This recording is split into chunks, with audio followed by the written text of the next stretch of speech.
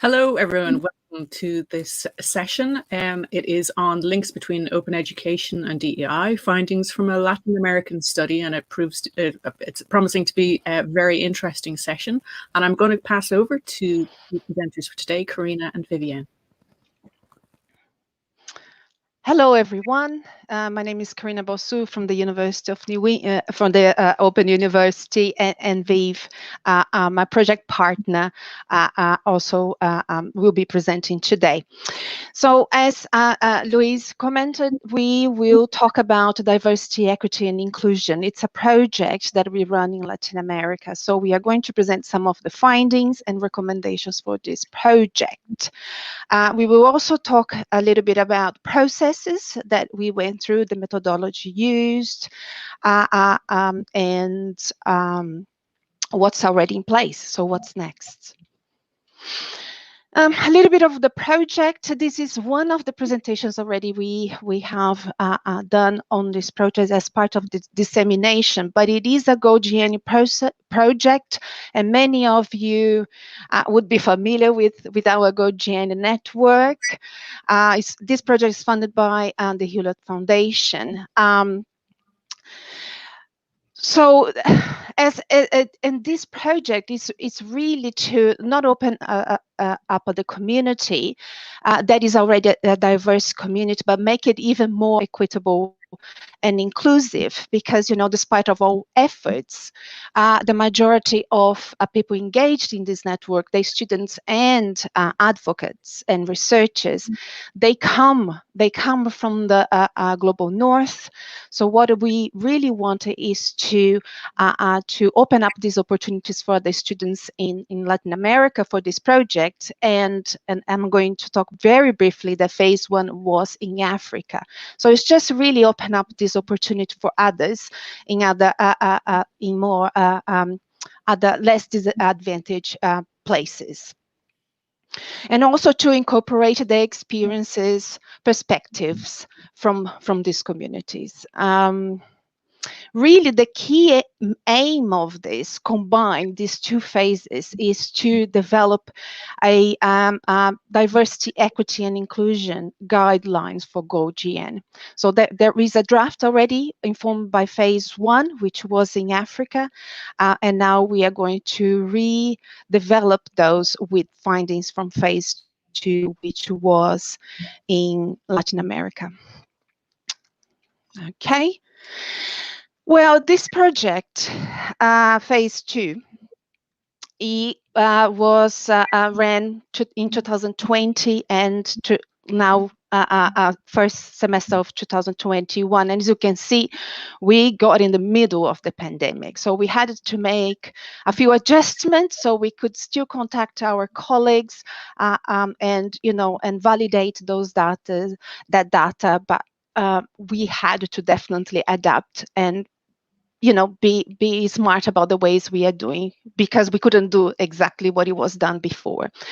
We interviewed 12 key stakeholders in Latin America, and that include Brazil, Argentina, Uruguay, Costa Rica, Mexico. So it was a really well represented, that's what we think, really well represented study. Findings, so from the interviews were then transcribed, the recordings were then transcribed and categorized in NVivo. We then in March ran a online workshop with key experts, participants still from the project, to validate and gather additional data. So what you are going to see, it's a collection of all the data we had, including the validated one, and we are trying to disseminate these findings as wide as possible, including through blog posts and using also translating in Portuguese and Spanish, which will be available in the last slide. Just before we talk about findings, it's good to have an overview of open education in Latin America. I just want to make it clear that it is really hard to do a very general overview. because the countries are very different, they speak different languages, are under different economic pressures and policies, and deal with education in different ways. But overall, we have several ongoing existing initiatives. Some of them have been going on for some time already. There is a high use, reuse, and development of digital resources, even more so now with the pandemic. So because a lot of institutions, schools, higher education institutions, and really across the board had to adapt and develop resources for online learning because they couldn't have the face-to-face one. There are also many barriers in Latin America, as you can imagine. Lack of knowledge of open license. So a lot of those resources being developed may not have been licensed or openly licensed. There is a lack of policy and funding, including open access policies and open education related resources and funding, lack of country champions, lack of awareness raising and capacity building. Like I said, I commented before, countries, they are very different, and they have also different approaches to funding their education, including, school and higher education, and that, impact the way policies are developed and the whole range of elements of education. This is actually the next point came out in the data as well. So there is a need to showcase more effectively the work and initiatives that is done in terms of open education and open education resources in South America to the global north. And hopefully have a stronger engagement with GoGN, with the GoGN network. We provide resources and tools for this research to be more spread wide and disseminated. This is some of the findings. We asked our participants to actually define a diversity, inclusion, and equity. But you might observe that some of these elements really overlap, and there is a nice definition at the end of this that really describes that overlapping nicely, and was a quote from our participants. But for diversity, participants believed that it includes multidisciplinary, a variety of experiences. Language is something that came across all elements, and we continue to discuss that in the online workshop. And representation for diverse groups within Latin America, including the indigenous groups. Inclusion is about participation, integration, collaboration, and feel that the work that they do is valued.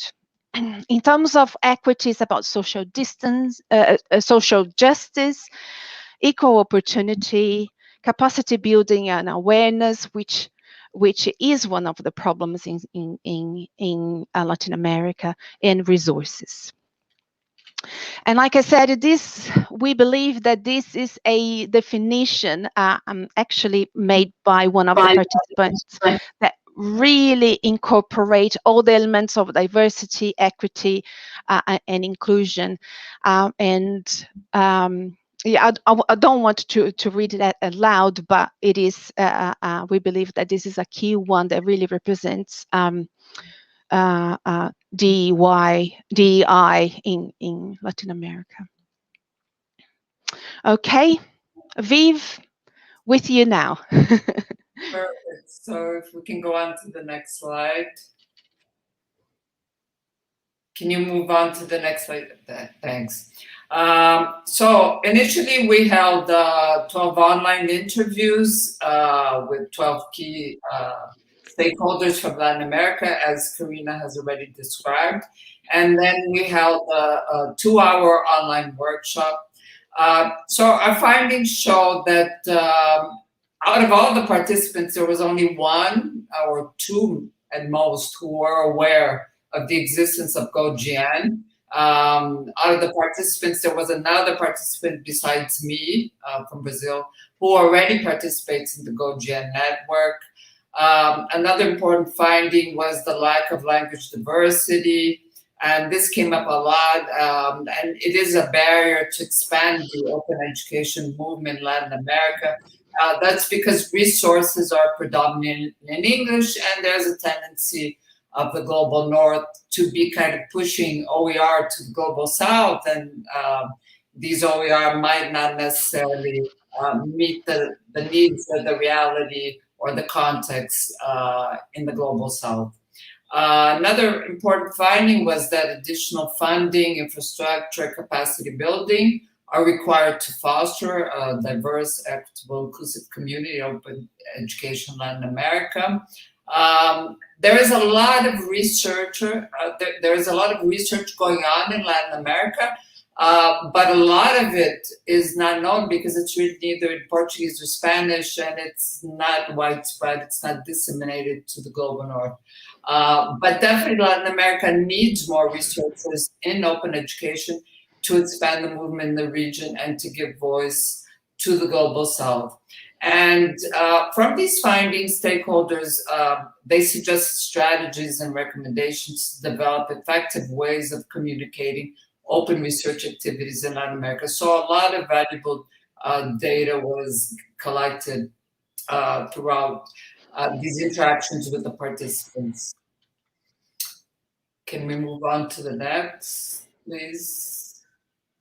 Okay, so from the online workshops, we had 4 participants out of the 12. And of course, we're not expecting to have that many because the time commitment was larger, right? They had to participate for 2 hours. But from these findings, they showed that DEI can be a political stance in Latin America. And this is because not only there's a big diversity between cultural, economics, education, and so on and so forth, but also politics seem to bear an impact. So there is a need to build networks and foster collaboration to reduce barriers, and the implications for GoGen are that there is a need to gain more visibility. They would like to have this more visibility once they belong to, okay, I'm wrapping up. They find once they belong to the network, they find that they have more visibility. They need more support, encouragement to publish in English, and also leverage from GoGen Latin American champions and members. So moving on to the next. So here are the key recommendations from Central and Latin American participants to increase collaboration with Latin American universities, to enhance GoGen reach, build capacity for GoGen mentors and our supervisors. These would be local, regional mentors and supervisors. Establish a clear objective, communication identity for the Latin American community, development of conferences, workshops, seminars to build capacity in open education, including translation of content Spanish and Portuguese, which we are already doing, and to provide small research grants to disadvantaged students from the global south. So that basically leads us to the last slide, which shows what GoGen is already committed to. So it is committed to informing members that diversity, equity, inclusion guidelines are in operation. It's committed to creating an environment in which individual unique experience and contributions are recognized and valued, to creating open research community that promotes dignity and respect for everyone. There's a lot of exchange within the network, to make available open research capacity building and development opportunities to disadvantage from the global south. And finally, to regularly review all GoGen open practices and procedures so that fairness, diversity, equity, and inclusion can be upheld at all costs. So I think that the guidelines that we've got now from both of these phases will help build on to the diversity, equity, and inclusion issue. So thank you very much. I guess we're now open to questions, and here you'll find the links to where all the blogs that have been published on the GoGen site are. Great. So I kind of ran through that, but that's fine. Thank you so much. So we've got one question in the comments there. I don't know if Viviane or Carina, if you'd like to take it. It's the last one, I believe, from Sarah Lambert. I can read it out if you like. Yeah, I'm not seeing the question, so. Okay, it's under the comments tab. So what Sarah's asked is, do you think that Latin American open education practitioners need to develop policies and strategies for translating their OER to English to raise the profile of OEP in Latin America? You know, one of the suggestions, one of the findings was that they would like help proofreading and eventually translating material. So we found out that there are journals here in Latin America that are already doing that. So a researcher hands in a research in Spanish, Portuguese, and the journal automatically already does the translation in English, which is something worthwhile investigating and perhaps using. So I think, yeah, that would be a good policy, and I think we could help them out with that. And that would definitely afford them more visibility. Yeah, I agree. And during the workshops, I remember even some of the participants proposing collaboration with South American colleagues living in the global north and having access to, engaging with English and have more collaboration within the South American or Latin American community, but those who live in the global north. So then we can actually help to boost that publication and dissemination of findings. Thanks. Sorry, I misattributed that question to you, Sarah. I just didn't have a name for AC Page OU. I'm really interested. Well, you made that recommendation that there is around, more dissemination of work that you're doing in South America, in particular, but Latin America, in the global north. How would you see that panning out? And I suppose, what can we do as people working in institutions in the global north? I mean, I'm speaking for myself. Not everybody here is from the global north, but what can we do in order to kind of help that dissemination happen? Is there anything we should be doing? What we are doing for the project, for example, is because we do have, and the translation until now, it's not too big. So Viviane and I wrote the version of the blog about the project in English, then Viviane translated, and we asked for a colleague to translate it in Spanish. So, but again, it's just a blog.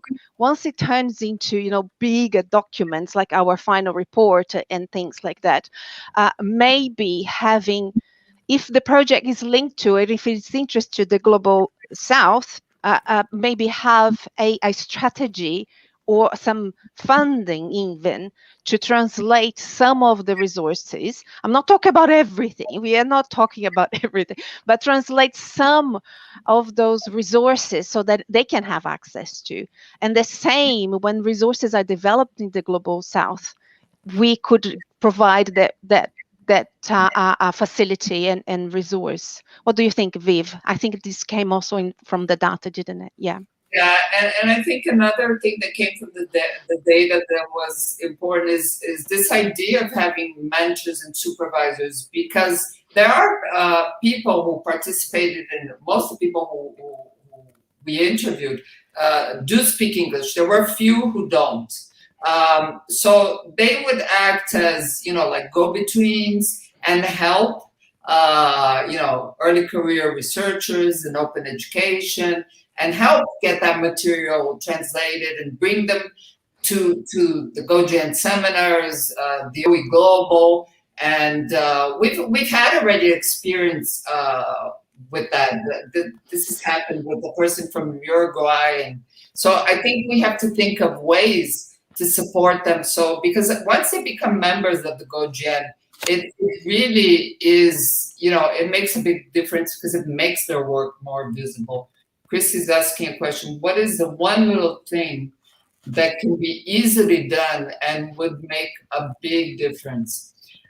Well, Chrissy, I can respond to that. I think that the one little thing that can be done is that we are already doing is translating. And then the next little thing that can be done is having our mentors or our supervisors disseminate the GoGN network in Latin America. We need champions. That's what the participants also said. We need champions in Latin America that is linked to GoGN to not only boost GoGN participation, but also researching open education, which needs that boost as well in Latin America. Yeah, no, thanks for that question. Building relationships, yes, definitely. And network. Yes, and I think that we also have to, because Latin America already has its own network of research, of open educational research, so we have to bring them to the global north. And because right now, you know, they're operating within the region, so there's a lot of exchange going on. But I think that there is a lack of exchange of research experiences and so on and so forth between the global south and the global north. So I think that's what our biggest challenge is right now, is making that bridge. Yeah. I'm afraid we're going to have to wrap up because we're out of time, but I think there's lots of food for thought here. Really interesting session. Let's continue the conversation over in Discord and maybe build some of those relationships, because hopefully we can continue to support you in this great work. Great. Thank you very much, everybody. Louise. Thank you. Thanks, everyone. Nice to see all familiar names here. Yeah. Yes, thank you. Nice seeing everybody. Have a good day. Nom nom nom.